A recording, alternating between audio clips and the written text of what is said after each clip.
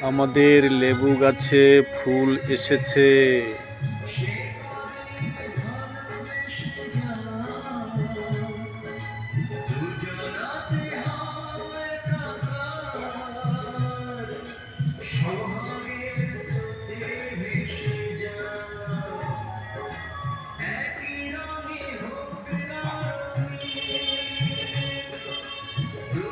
লেবু গাছের গোড়ায় আছে মৌরি গাছ, মৌরি, যেগুলো খাবার পরে অনেকে মুখে দেয় মুখ শুদ্ধি হিসাবে।